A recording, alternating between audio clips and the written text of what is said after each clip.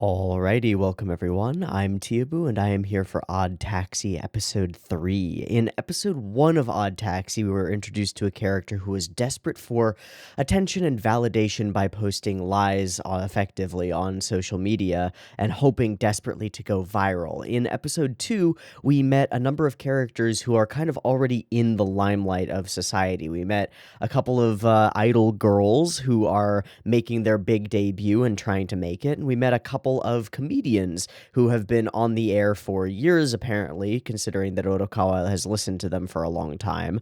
And they're also struggling to make it. So we met all these people on kind of the other side of the thin line between sort of civilian posting of social media stuff and the more industry creation of content for societal consumption.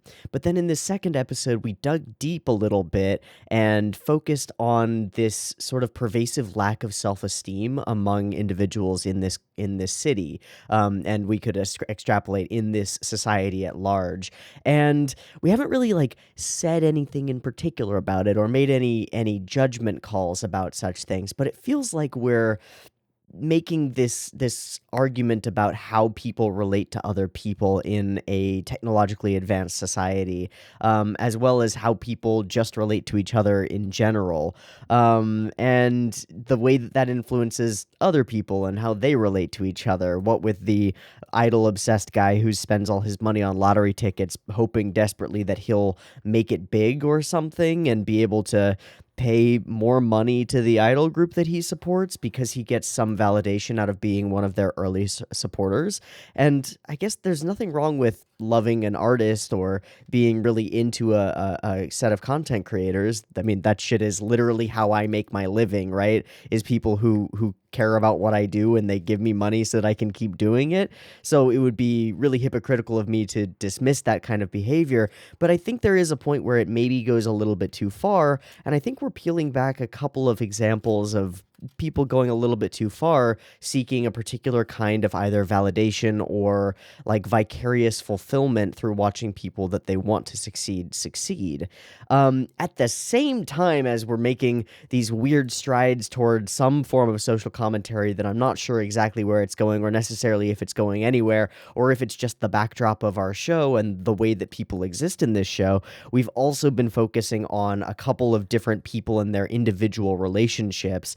Specifically, of course, our main character, Otokawa, his weird start of a relationship kind of that might be just a complete lie with Miho, the alpaca woman, who sent him a message asking him to meet somewhere, and then Dobu shows up in his car, and I'm not entirely sure if that's connected and if she fully set him up, because we know that she's working with Dobu, but we don't know why, except that we kind of know why, because she was paying for her school and student loans, but then she's done with that, so she's still in the business, because why? I don't know. As well as what was the other thing? Oh, there are a couple of other things. One of them is that the manager of the idol group is also involved with Dobu to some extent. And somebody in my Discord threw out a theory. They were like, what if the black cat is actually the cat girl, and the reason that they're wearing masks is to hide that she's missing? And that's kind of a crazy theory, but it also kind of makes sense. But so do all sorts of things, so I don't really know. Another one of the idol group matched with fuck, I forgot his name. Is it on this notepad?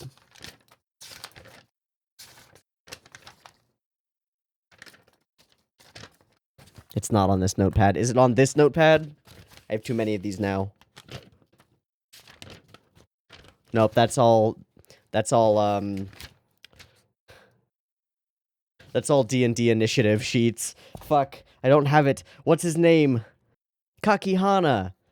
Finally. Okay. Kakihana matched with one of the idol girls, potentially because he put his income on his profile as a lot, which is a complete lie. So we've got all these different directions of weird romances that are totally either fully false or maybe there's something legitimate to them, but they're also tainted by expectations and weirdness. And then we've got Otokawa doing his thing, and then we've got Dobu coming into the car and pointing a gun at him. So I'm hoping and thinking and guessing that a bit of direction is going to sort of apparate out of the void of weirdness that's going on in this show as Dobu gets in the car and we start to understand what the pieces in play here are and what they're aiming at, because we've seen a whole bunch of kind of aimless people with their lives kind of not locked down, and I'm wondering where they're all going to go with this and how all of these disparate elements are actually going to click together to form the story that we're watching. Even if none of that shit happens, I am still here for the quality of the dialogue and the ideas that it puts into my mind, whether they're actually present in the show or whether I'm just going full conspiracy theory on the wall and putting up pins and shit. I'm here for it, and I'm having a really good time with this show, and I'm really excited to watch more.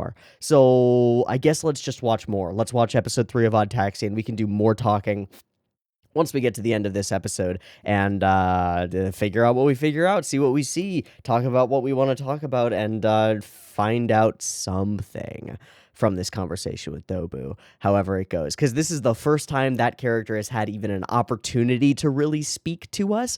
We've only heard other people like on the phone with Dobu or seen Dobu like with the handoff of the security chip or handoff of the drugs from Miho, and I don't know what he's doing. I don't know what his whole deal is or whether he's a bad guy or what. So here we go. Okay, I've got Odd Taxi episode 3 up and ready to go. I'm still using the Shangs version because I went through on episode 2. Somebody said, like, oh, I didn't feel like the translation was as good in this one. So I went through the Odd Taxi episode 2 in the Shangs version and in the Subs Please version, and I found pretty much no difference between the two. So the only difference that I see is that the Shangs subs are styled, and they have subs for the OP and ED, and I like those things. Those are things that I like. So I'm going to watch the Shangs version. If you see any specific serious issues with these subs versus the Subs Please subs or the whatever the official subs are, let me know, because I'm willing to switch them up again. It's just that the Shanks have been solid for the last episode and they seem like they'll probably be solid for this episode, but let me know if they're not. Let's watch Odd Taxi episode 3. So there will be 2 versions of this reaction video: picture-in-picture version with the video up there in the corner, down there in the description, timer-based version up on YouTube. If you want to do the syncy thing, you can do the syncy thing. Just get your syncy copy ready so that the syncy beep beep timer can sync you up at the sync point, which is the 0 and the green light. Beep beep timer. Let's go. Odd Taxi. Fuck yes. Ah.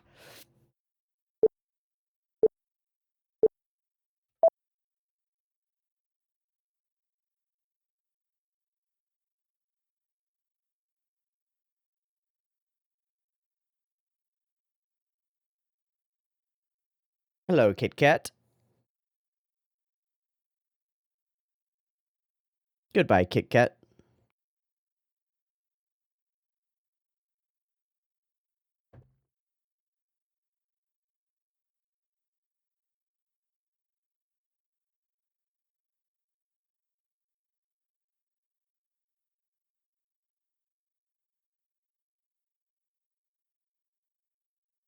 We still haven't met that character.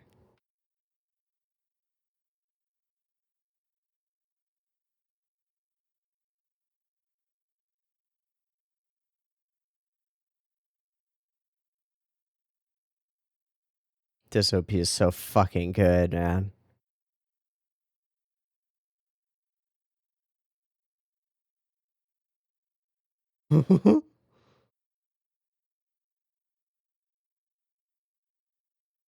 Right. Blowing up. So I assume that guy's a gamer or something. We haven't met him either. So spiky hair guy on the scooter. And the gamer guy we haven't met. Dobu, start. Start us where we left off. Come on. Borrowed plumes. What kind of animals have plumes? Hey. Oh, he's one-itising. Oh. Hi.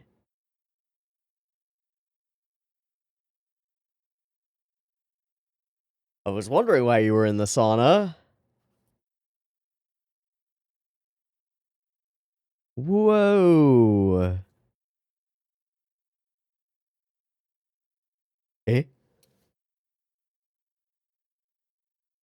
No, it kind of got swept under the rug.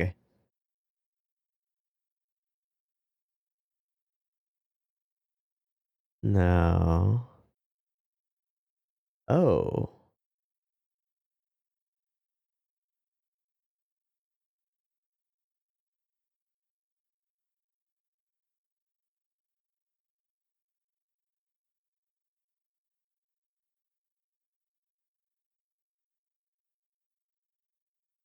Is that the voice? Is that voice actor the actor who plays Mad Holy?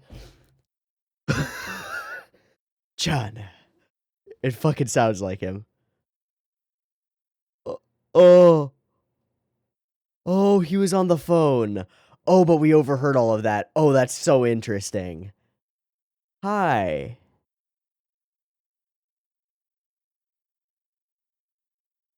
Okay, hi, Dobu. You'll pay for something useful if you hear it, so you're using him as an informant. That's not a toy. All right, are you trying to be Harry? What?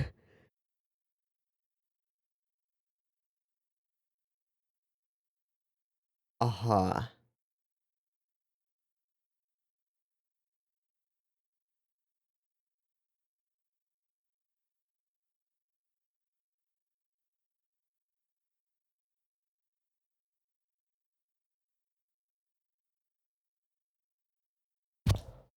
Wait.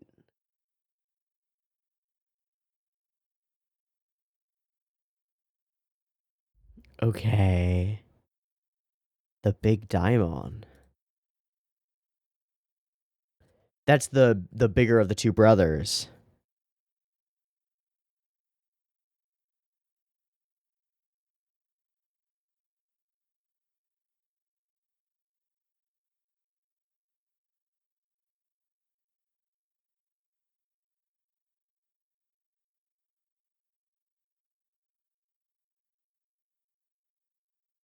Dawn of a family.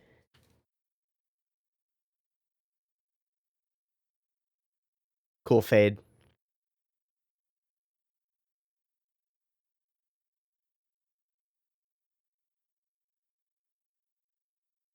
Oh yeah, they do. Wow, all of that just got blown out. Wait, what?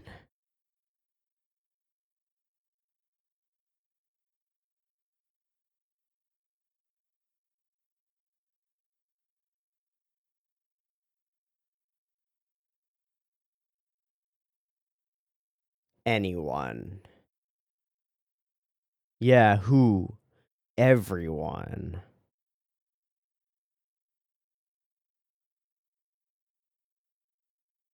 Okay. Don't. Yeah. Don't.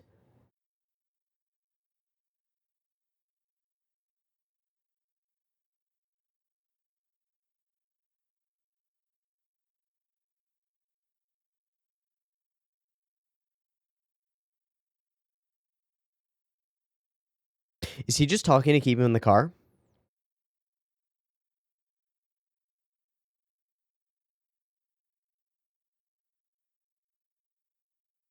Of course. Naze indeed.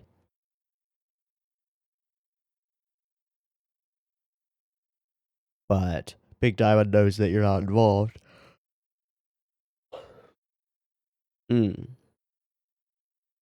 He's just the corrupt one. Too stupid. Yeah.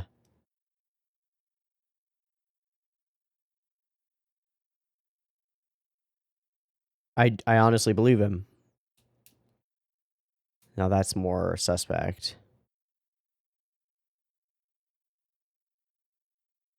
Deflection.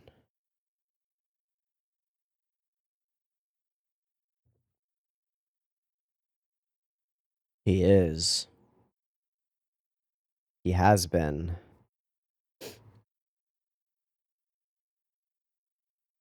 Oh, cute. We keep showing that pen up there, which we think he did. Right.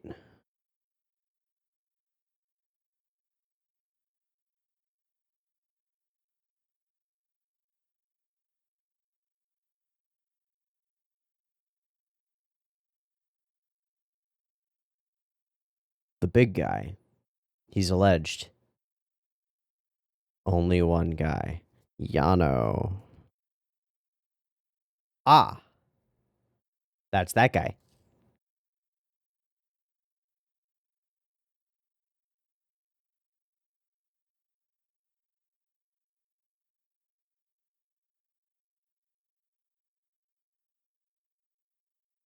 Got it. So you view yourself as someone with principles, and you view Yano as a money grubber. Oh, I think it's worth it. I think you should absolutely talk to Yano. Right.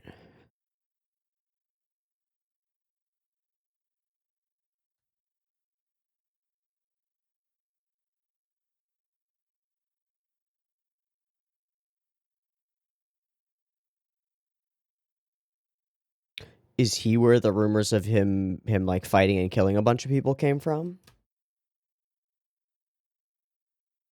Maybe. Ooh, I feel like I do too, but I'm also really confused. Right, you're trying to cover your ass. Yeah, those are all the things. So what about the SOS?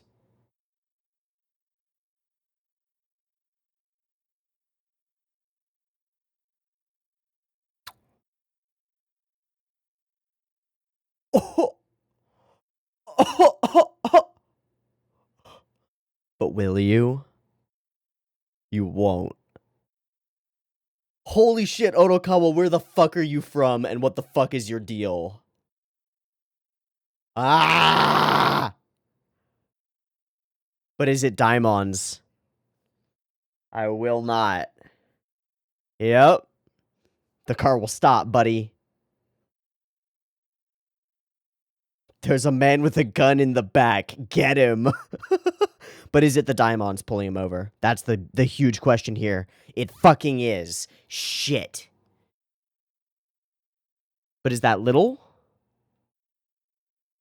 Yeah, they're almost identical, man. It matters so much which one it is. Hello.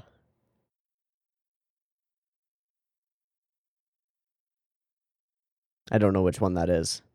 It's the little. Oh, fuck, it's not.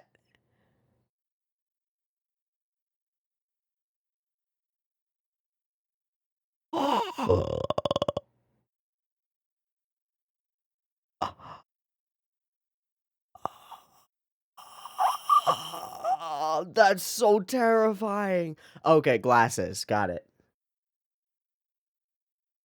That's the difference. Nah, it was just some bullshit.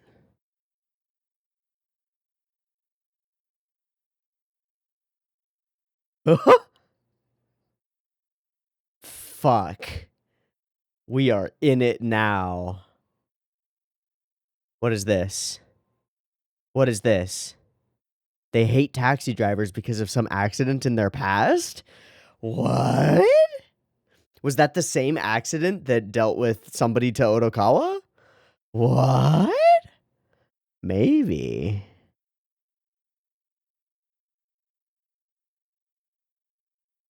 That is exactly what he did.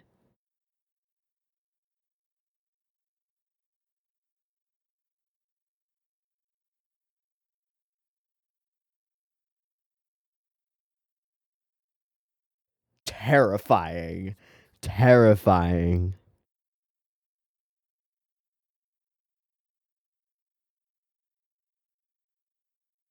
Alright, Otokawa, your ancient special forces training is showing, or whatever it is. No, he's not. And he's not really attached to doing the right thing.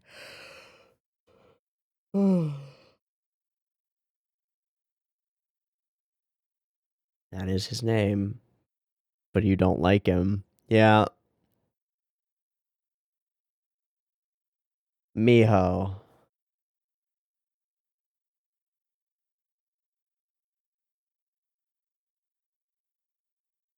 Bingo. Got him. Fuck!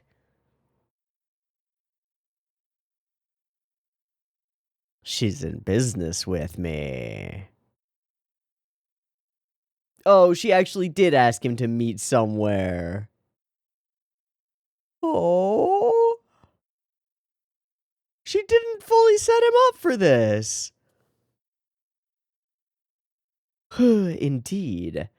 Oh. When did he break his cam?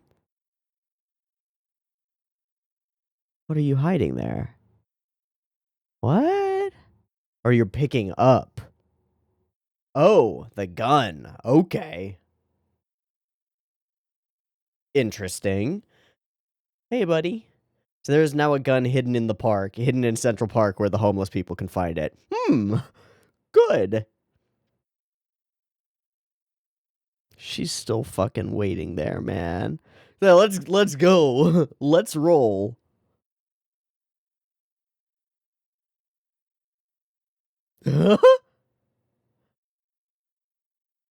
What? Super rare dodo? Some kind of gotcha? Oh, is she gone? Oh. Oh, she's still here. Yeah, it took a while. I'm sorry. He's such a dwarf. I mean, just like so thick and small. I wanted to see you. Is that not a good enough reason? No, that's a good reason. I wanted to see you too. It's just, oh wow, is it morning now? Yes. Really? That's true.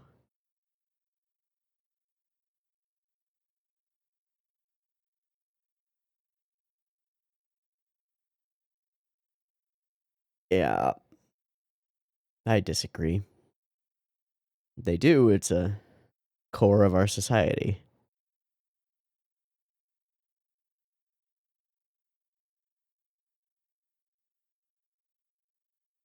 That sounds like a fucking date, baby. Let's go. Oh.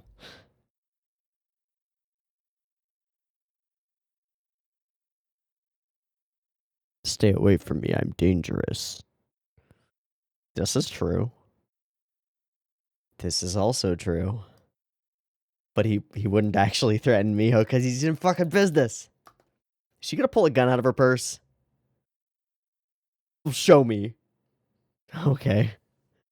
It's the by far the funniest martial art, but okay. Yeah. Woo! Just dancing on him. No. And style of dance. Yeah, that's good. That's fair. Yep. I don't know that that's actually true about the Keshada.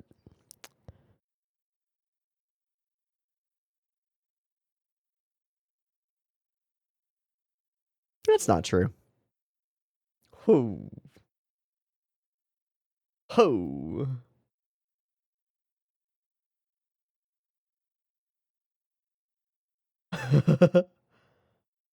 Right. Context clues, context clues.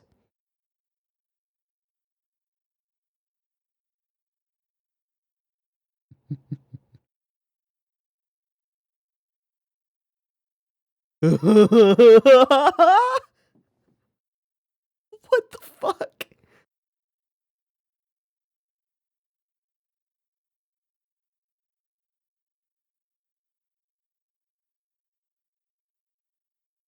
Fair. Yeah. Yeah, what are you looking for? You are not.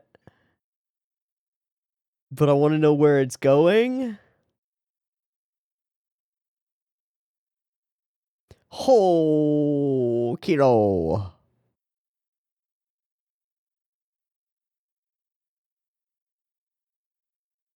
Yeah, I understand this feeling, man.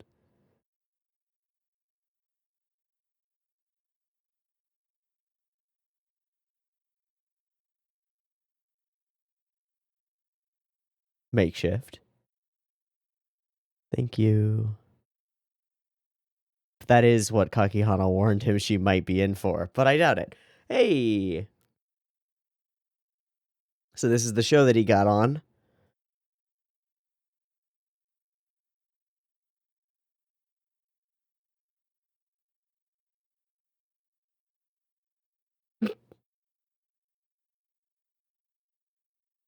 Kageyana, you gotta get off that thing. Hello.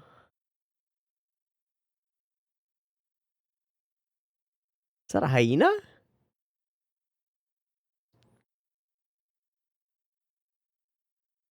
Skido up. That is big affection. Yeah, I don't feel like you would know. Wasn't I was. Little typo. Oh.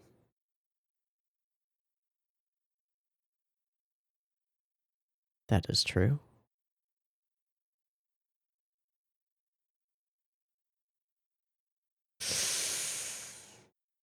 You're springing your weird Tinder match with a 19-year-old? Like yours, like yours.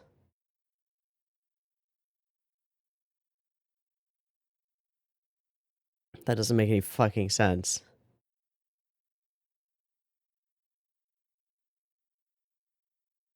Hmm.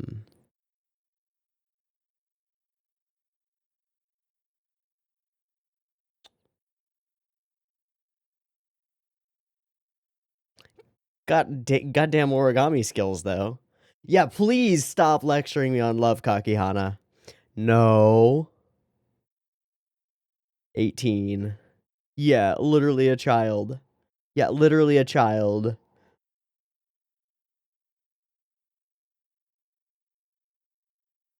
What about when she finds out that you don't actually make as much money as you? Okay, whatever. What if he's just getting straight catfished? Exactly. Shit. Photoshop exists. Don't believe it. But I actually do.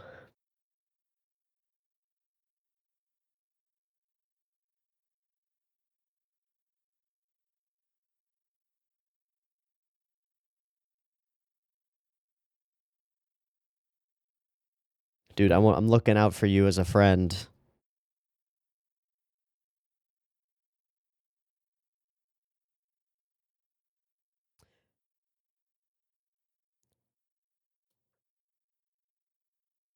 Uh, the truth will come out.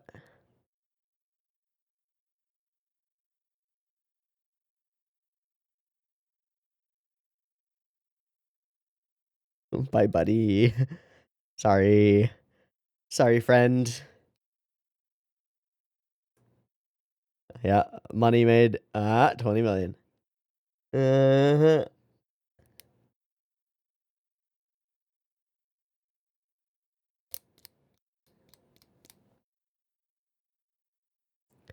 I mean, it's lying. It kind of matters.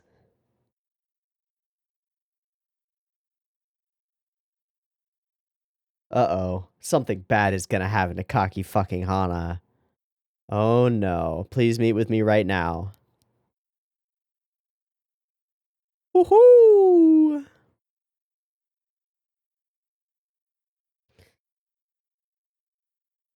Say no, I'm super fucking drunk. Shit. Goriki's missing?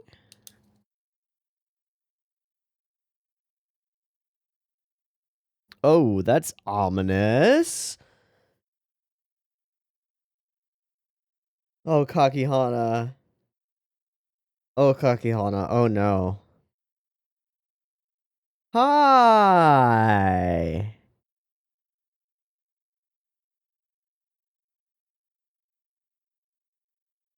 Why are you in shadow? Dude, I'm waiting for the other fucking shoe to drop. Is she a murderer? What? The fuck are you talking about?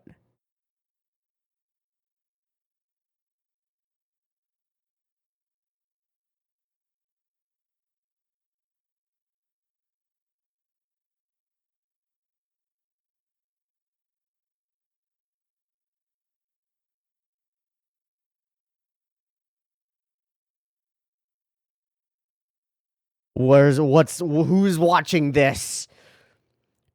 Who's scoping this shit out? What the fuck? Why, though? Why? What does it mean? This one is the most confusing episode. There's no like through line theme that I'm grasping right now. What's the deal?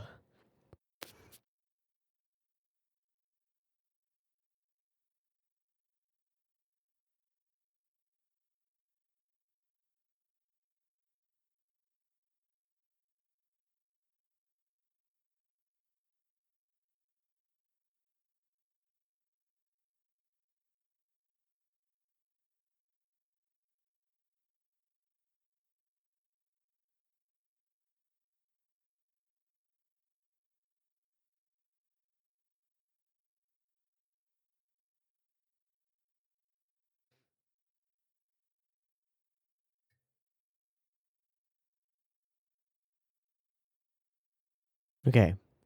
Ooh.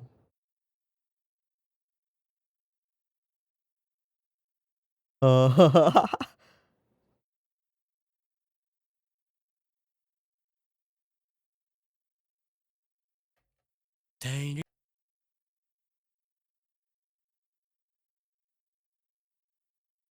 okay, I gotta run to the bathroom. I'll be right back. Okay, we back. First thing that I want to do is to look up a weird theory that I have, which is that the dude with the little mini trunk, I don't know what he's supposed to be. Is he supposed to be an elephant seal? I feel like he's an elephant seal, which makes him the second, like, sea animal that we've seen so far, but maybe he's like a weirdly drawn hippo or something like that. I feel like I know his voice actor is the actor who plays Matt Holy, so I'm going to look into that and hopefully find out. Give me a sec. So his name is Kuroda, and he's played by Takaya Kuroda. And it's not him. He's not the other character that I thought he was. He is apparently Misuzu in Natsume Yujincho, so that's interesting. But it's not him. And then while going to the bathroom, trying to think through what's like the theme of this episode, I don't really know. I still don't really know. But I will say that the conversation that is in this episode once again carry the whole thing. Whether it's the overheard conversation where Kakihana is actually answering this guy as he speaks, but it turns out that he's on the phone just with an earwig in, I think it's just a fantastic gag and like a really scary occurrence too, because it does feel like this guy who I now know is named Kuroda is actually talking to Kakihana, and he just happens to make all the same answers that Dobu on the other line makes. But the whole scene, and when we redo the scene and reveal that it's Dobu on the phone with him, is so fantastic, giving us that other side of the conversation. And I feel like maybe the theme here has to do with the way that we interpret things, as though they are centered around us, when in reality there's something else going on, or there's something like really different going on, and maybe that plays into the way we have a lot of characters kind of deceiving each other or not fulfilling their expected roles. Like Dobu gets into the car here, and we feel, or I feel like he's here specifically to like threaten or hurt Otokawa, right? And he kind of is, but he also kind of isn't, and I'm not entirely sure whether what he's doing is actually acting in the interests of his organization or is acting in his own personal interests, and it's unclear. And then we've got Otokawa, who with his kind of the flip of most of the characters in this episode, where most of them seem to be nice and friendly and stuff, and then we're wondering if there's something more sinister under the surface. We find out like a real true test of Otokawa's character in this episode, and his gruff exterior seems to be something that covers up a more heartfelt human being, or a seal walrus being underneath. And then Dobu is constantly trying to figure out stuff about Yano and about I don't know. I feel like I need to watch the fucking episode again. God, this is such a cool build of tension for this scene, that we know that it's cops coming, but if it's the younger one, we can actually pull something off, and if it's the older one, he's corrupt and directly working with Dobu, and we know more about that than Otokawa does. So we're like, who's it gonna be? But it is the elder, and he just brushes it off and lies to his brother. And we find out that they've got some distaste for taxi drivers, whatever that might be. Oh my god, it feels like there are so many pieces of information over the course of this episode that get put together. And we have this setup of the gun, which is now in a park somewhere for some reason. And then this whole conversation with Miho feels so genuine. So much of it feels so genuine. And then her willingness to kind of like be silly and do the weird capoeira dance moves with the Bollywood music playing is so ridiculous and absurd, but also very real for a second. Like the fact that she does that makes her feel more legitimate as a character and more like somebody that I want to trust, even though I know absolutely directly 100% she's not trustworthy. Like, she lies, she cheats, she steals. And now Goriki is gone, so what's going on with him? Oh my.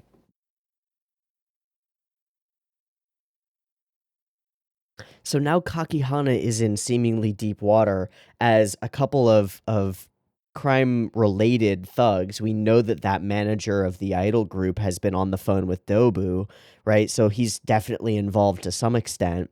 And they're following their girl, but they're also following him, maybe because he's a mark, because he supposedly has all this money, but maybe because they're just following her.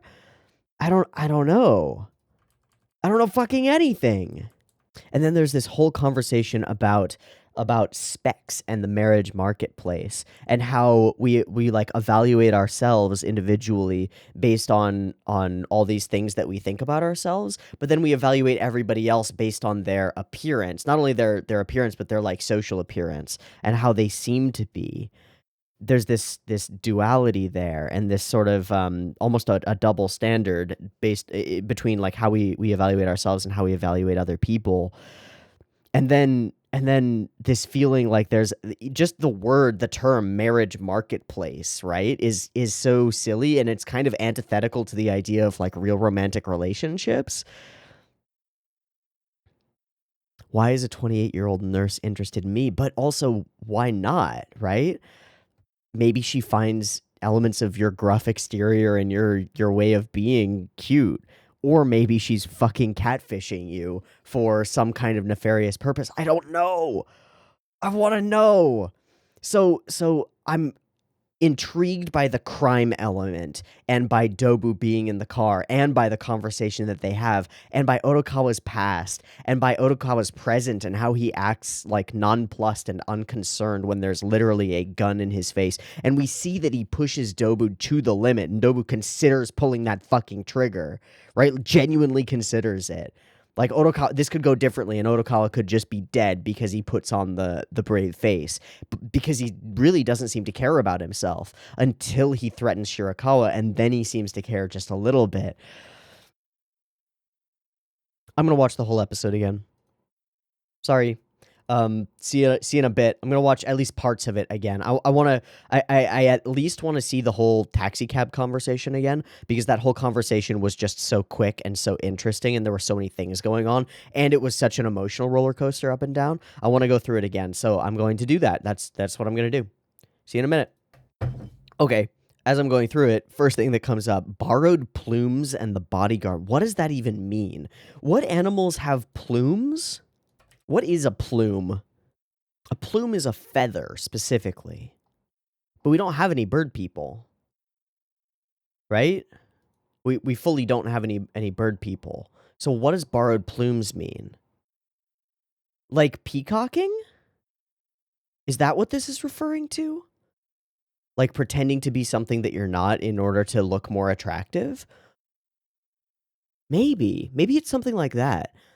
Like Kakihana is borrowing plumes of being like wealthy in order to attract a potential mate. I don't know if that's accurate. I don't know if that's right. Okay, onward. And then the girl, her profile says, "Nice to meet you, does office work in Tokyo."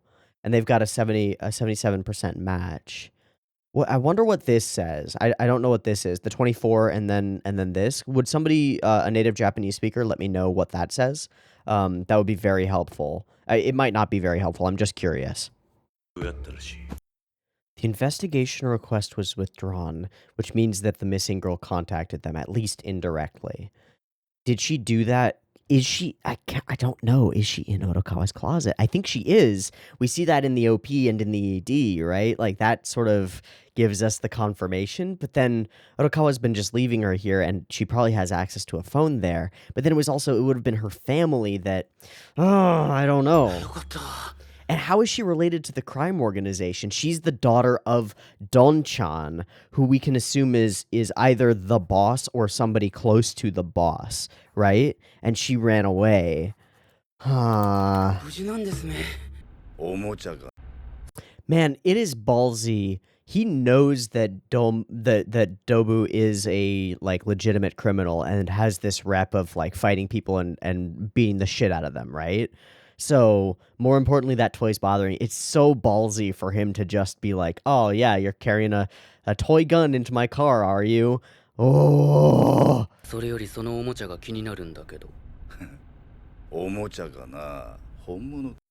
I also get massive Dirty Harry vibes out of the "is it a toy or is it the real deal?" You know, did I fire 4 shots or 5 kind of thing? It's cool. Okay, then we flash back to this conversation and we hear it from Dobu's angle. See, I still don't know what animal he is. He might be an elephant seal, but he might be like a capybara or something. Why would he have the gray skin? He's not a hippo. It's not what fucking hippos look like, even if you're drawing one. The social media obsessed guy is more like a hippo's design. So specifically, the missing girl didn't contact the police directly, but contacted them indirectly. So like through an intermediary. So maybe the missing girl didn't contact fucking anybody, and it was just the family or somebody else related to it telling them to take off the search. Maybe because there's something else they're trying to hide.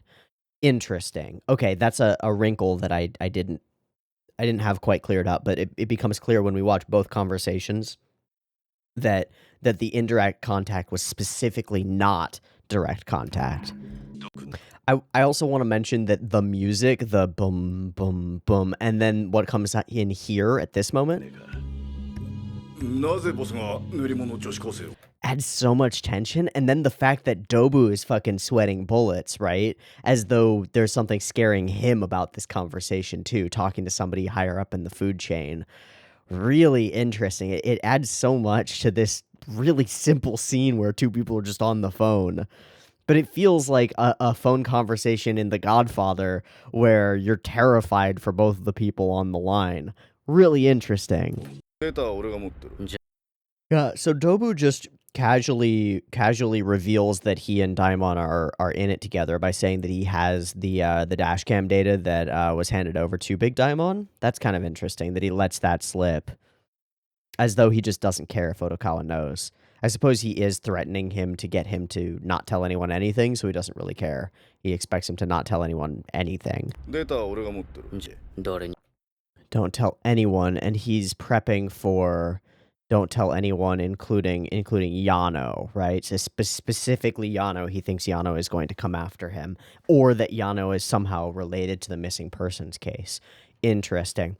Why do we show this pen up here repeatedly? I wonder what's up with that. And we show that at this point, the dash cam is like, it looks like it's hooked up properly. It looks normal, right? But then once Dobu gets out of the car, it's like severed or altered in some way. Right. Just inform me if someone else comes and shows up looking for your dash cam data. I wanna keep tabs on that. Interesting. So Dobu specifically threatens him, if you tell anyone, I'll kill you. And Otokawa does a very scary thing and pushes the panic button. I don't know if that's traditional or like normal in all taxis to have that kind of a thing with like an SOS thingy majiggy. I just don't know. If it's not, then that means Otokawa's got that installed specially. But if it is normal, I'm going to look it up. Huh. The actual empty car indicator used to be a lighting type or a Maku type, where they're switched by changing written cards, but the majority of the current indicators are LED type, which can indicate SOS or help in an emergency by linking with the company name indicating lamp, blah, blah, blah, blah. So that is standard in taxis. Cool. So this isn't like evidence that Otokawa has a supercar or some bullshit. This is just the norm. So if you feel like you're getting threatened or somebody's trying to steal from the taxi, you put that on and you find a cop. Cool. And then he starts to try to ply Dobu for information in return. Why are you looking for this girl? You don't need to know anything. Well, I can't help you if I don't know anything. It feels like Otokawa's not just trying to stall, but also is kind of playing a dangerous game and seeing what information he can glean for his own purposes, which is really interesting. And he does end up getting the information about Yano from him, which is possibly quite helpful. Boss is looking for the high school student because she's the daughter of the boss's classmate. Officially, the police suspect me, says Dobu, but we know that the police don't actually suspect him because Daimon is part of the organization, right? Or you besties with the police, but only with Daimon, so that's fine. And he says, yeah, I swear to God, I'm not involved, and I actually believe him. He's not. He's involved in all sorts of other things, right? He's involved with Miho, he's involved with the dashcam weirdness, he's involved with all sorts of stuff. He's involved with the idol group to some weird extent, but he's not involved in the specifics of the disappearance of this girl. And Dobu tells him there's only one guy who could have come up with this sort of idea and blames it on Yano, his junior. I wonder if that's just him jumping to some kind of a conclusion. I don't know. And he says, my job is collecting payments, which means that most likely some of the other work that we've seen him doing, like the work with Miho, is like side jobs for him, is side business. So that's interesting. And then there's this, right? This is some pretty classic, like the logic that extortioners use to explain why their extortion is like justified. Like, oh, you're paying me protection money because you have an obligation to pay the family, and it's your moral obligation to pay us. When in reality, it's an extortion racket, right? So there's something about this that's odd, but it is also very interesting because this is probably how Dobu justifies it to himself, right? Like what I do is I make sure that people pay upon their promises, right? They made a promise to the family, they have a debt to the family. It's their moral obligation to pay, and it's my moral obligation to hunt them down and make sure that they pay. That's an interesting set of like self-justifications. And I wonder how much of that is like relevant to the theme of the episode. I think a lot. Because again, it has to do with the way that we see ourselves and the way that we like find self-respect or self-esteem. And he finds it by being like, well, I'm a dangerous criminal, but what I do is all about morals and obligations, right? Like I'm keeping people in line. I'm doing something right, even though what he's doing is criminal and illegal and exploitative. And he uses that as like reasoning why he's better than Yano, because Yano's just a money grubber. He just cares about collecting more money than me. I hid the fact that I have it, didn't tell the boss. So I lied about having it because Yano calls me underhanded. So I did something underhanded so that I wouldn't look like I was confirming what Yano said, which is that I act in underhanded ways. There's something twisted about this logic, but it also makes a kind of a perfect sense. It's weird. And if Yano's involved, then I can find evidence of that and use it to bring him down. I kind of missed that line. And having squared everything away, kotowaru yo. Fucking badass. Basically, anytime that anyone refuses a person in power, I can't help but think of Rohan. Of course, that's also the same line, basically. Otokawa, you beast, literally. Very interesting. Even if I threaten to kill you, and he insults him directly. You're a prideful small-time gangster. But he gets the cops on his tail. It's just hella unlucky. You get out of here or I'll shoot. You certainly won't. And they pull him over. Again, this whole scene, the way the shots align, the way we only see the back of his head and then shoot him from the legs down until he pops his head underneath, scopes out what's going on. It's a robbery. He's got a gun. Okay, nothing going on here. Cool. Bye. Peace. I heard something about a gun. Think about it. It's a taxi driver. You can't trust taxi drivers, you know? And they've got some weird fucking past where somebody that they know was killed in a taxi crash or something. Weird. Okay, head to Shinjuku, drop me off. You did well, you took a risk. And then he says, it doesn't matter if I die. I'm afraid, unbelievably so, but I'd rather die than get involved in a pain in the ass. So threatening won't work, so I'll threaten your friends. Kakihana doesn't work, and Taeko doesn't work, but Shirakawa works. He gets him. And we see that Shirakawa's waiting for him in the park all fucking night. Wah! So off we go. And he gets out of the car, and the dash cam is like fully broken off of its circuit. But it wasn't earlier in the car drive. When did that happen? We don't see that happen. Like, he doesn't reach in and do this, right? He doesn't do that from the back. The cop doesn't reach in and do this. How does that happen? Why does that happen? I don't know. So we almost hit this guy, who I think is the character who we see, like, running and punching blocks. So that's something. And he got a super rare King Dodo on some kind of gacha game. Cool. And we meet Miho. This feels like a really ominous setting, but I will say that I find Otokawa in this scene just so cute. He's just so, like, short and squat and, like, oh, I want a plushie Otokawa. I really do. It's so cute. Okay. And she's got this, like, weird mode of speaking that's interesting and philosophical as she talks about random things, like fast-forward videos of landscapes and how they make her feel anxious with time passing by. Time is money. Why not take things more slow then? Say it more sarcastically.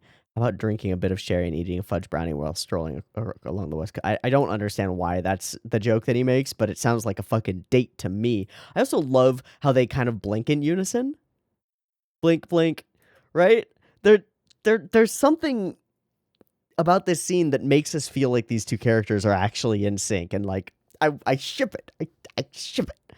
But I also am terrified of her. Like, she's so cute and fluffy on the outside, but there's darkness in this woman, and I don't trust it. And I wonder if that's kind of the point of the episode, because there's that darkness, there's the false expectations and like misunderstanding of the conversation that Kakihana overhears. There's the fact that Otokawa does all this work to get a cop to pull him over, and the cop who pulls him over doesn't do his job as a police officer, right? There's this falsehood of expectation based on appearances and outward appearance and like role in society. And then there's her. I don't know, man. I don't know. Don't become friendly with me. Some Yakuza type guy is after me. Don't worry. I used to do capoeira.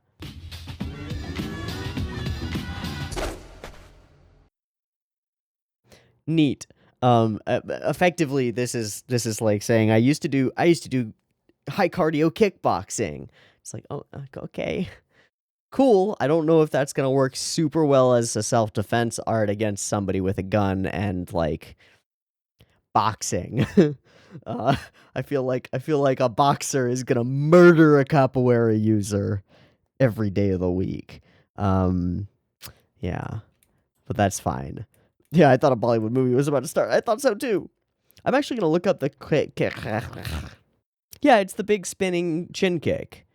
the big capoeira spinning chin kick out of the movement. What is the like dance sequence uh uh that is in capoeira you known but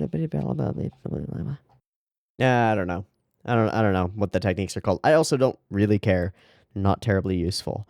How can you say it's makeshift? And then they also have this conversation about how she like assumes what he says has meaning, but doesn't actually know the specifics of the word, is just using context clues. And I feel like that resonates with something else that's woven throughout the episode, in this feeling of like snapping to a decision based on context clues without knowing exactly what's going on, right? Which I guess is kind of how the whole episode goes down.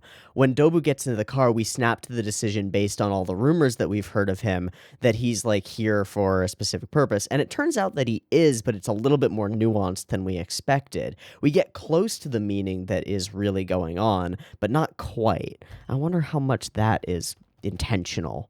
Maybe not at all. I don't fucking know. Temporary substitute nurse, jokety joke, capoeira threats, I can protect myself. And then this, what do you gain from meeting with me? As though human interaction has to have some kind of, or animal interaction has to have some kind of direct and personal gain. And she responds with a really interesting comment. Am I bothering you? Does this bother you to be having these meetings, when what he's really looking for is the specificity, in the same way that she wants to understand what makeshift means. He's trying to understand what our relationship is, right? But then she puts hands on the man. I feel calm when I'm with you. She's fully making a move. And also, girl got game, so get it, girl. Get it, girl. Working the day shift, so I have to go. And I wonder if she's lying about that. I don't know. No, she's not, because she ends up calling and telling him that Goriki is missing. Right. And we don't know why Goriki is missing. Right. And then we segue through this, just so we're kind of keeping tabs on this comedian guy. Is everything okay? I'm actually kind of worried. So that we can transition through into this location where that's on the screen. We talk about this. Are you in love? I was pretty popular in high school. People are strict regarding your appearance or work performance, and I've started to give up on it. This whole conversation is really kind of heartbreaking, as these guys sit there and are like, well, I guess we're not likable to anyone. And one of them is like desperately pursuing this relationship with somebody who could very well be a full falsehood, or more likely is just a plant to get a rich guy to come and see her so that a couple of goons can jump him, right? And then maybe kill him when they find out that he doesn't have any fucking money. Her feelings have surpassed your specs. It's such a twisted way of thinking about yourself and like your validity as a romantic partner, to see yourself as a spec sheet. I don't feel like from my perspective, when I see people or meet people who I'm romantically interested in or could be, right? Because usually I wouldn't consider that moment of like, I'm attracted to this person to be like, that's the spark of romanticism, but it is the spark. It is the start of it. I don't think about them as though they're like a spec sheet, right? I'm not like, oh, how much does this person make? How big are her tits, and how like what, like that's not how this shit works, right? It's like either I'm interested or I'm not. And my ability to control whether I'm interested is pretty minimal. It doesn't really exist, and it doesn't usually change based on finding out that somebody has like no money or whatever. But maybe that's different from the other angle. Maybe I'm weird. First off, maybe the genders view relationships differently. I don't know. Maybe people in cities view relationships differently. I don't know. Maybe people who are bombarded by social media view relationships differently. I don't know. Maybe I'm just fucking weird, but something about it seems sad and twisted, and like leading inevitably to lonely, because you get into this state where you're like, oh, but I'm 35 and my spec sheet isn't good, so I'm never going to find someone because there are so many better people on the market than me. Like I don't feel like the free market of capitalism really applies to romantic relationships in the way that it does to business deals or to purchasing products. But I understand that people in a free market capitalist system might view it that way. And I think that's something that the episode is trying to point out in a really interesting way. And maybe it does so. I just don't know. It's definitely making me think about it, but I don't understand exactly what it's aiming at, which has kind of been a through line for the whole show, which is there's a lot of interesting stuff going on, and I don't know exactly where it's going, and that I find enthralling as a combination. Okay. I don't really understand attraction or romance or any of this sort of thing. In any case, I have no confidence. Don't worry, that's just how it is. Yeah, it is very aggravating to be lectured on love. And he's like, "Oh, that's a child, my man. What the fuck?" Okay, you get along great, but what does that even mean? And I guess, she's got this like custom written message and stuff, so she's clearly real, and we know that she's real. I'm not saying this out of jealousy. I'm just trying to look out for you. Think about it calmly. There's no demand for us in the marriage marketplace. What kind of feeling can this be? It doesn't make any sense. And then he looks through his profile and finds out that his specs are a lie, right? So maybe he's being catfished, but he's also kind of catfishing by lying as well. Do you want to meet up? And so he runs off drunkenly to go. He does let Otokawa. Oh no, he doesn't let. That's Miho. Fuck. And Goriki is missing too. Fuck. But why is Goriki missing? This is so ominous, the way that she's standing in the shadow. I understand that this is just how a person would stand at a bus stop in the rain. Cool. But it's so ominous feeling, right? Hello, I've been wanting to see you. And he sort of zombie walks forward. He's like, "Oh, my love, I will worship you forever." It's like, "Oh, fuck." So who's watching? Who's watching this whole thing? They are. Why? Who? For what end? To what purpose? To what end? For what purpose? I don't know. Ah! Ah! Okay. I really like this episode. It feels like the ball is rolling in multiple ways, and Otokawa knows that he's in the middle of something. Whether he's got the girl back at his house or not, he's suddenly in the middle of a multifaceted, like, weird, like, corrupt thing that's going on. The web of deception grows, and we understand more of the lines that connect it together. But also, there's more confusion. Dobu doesn't strike me as, like, a genuinely malicious person. He feels like somebody trying to cover his ass and do his job, right? Kind of like everybody else, just that his ass be illegal. So I don't know. The Daimons are the least likable characters that we've had so far. We see this guy Kuroda, who's got his own thing going on, and Kakihana gets a piece of the puzzle by overhearing his conversation. Not that we're actually going to get it. For some reason, Goriki is missing. We don't see anything illegal seeming or like wrong seeming from Miho, but we have a really interesting conversation with her. One that actually has some serious chemistry between these characters, I would say, and is like really cute in a weird way, as is her willingness to be kind of weird. And the capoeira thing, as absurd as it is like her willingness to show herself and be weird in front of Otokawa, which strikes me as really kind of cute and oddly romantic in the weirdest way. Oh, this show is so odd. It's so odd. And then there's this chase down where they're following after Kakihana in a really sinister way, and I don't know what to feel about it. This is an episode that I find really interesting and really cool. Again, the dialogue carries it.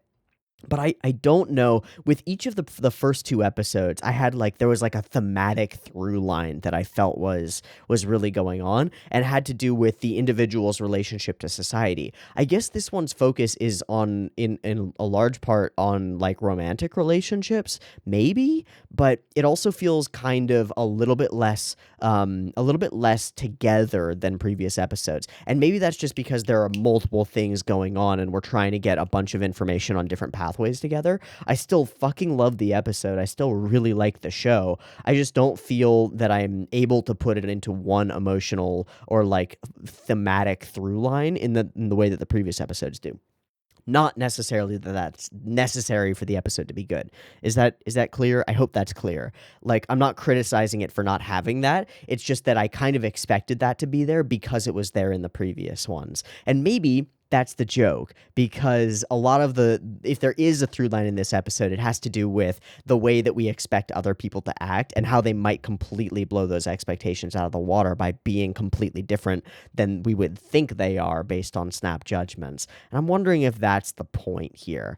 I don't know.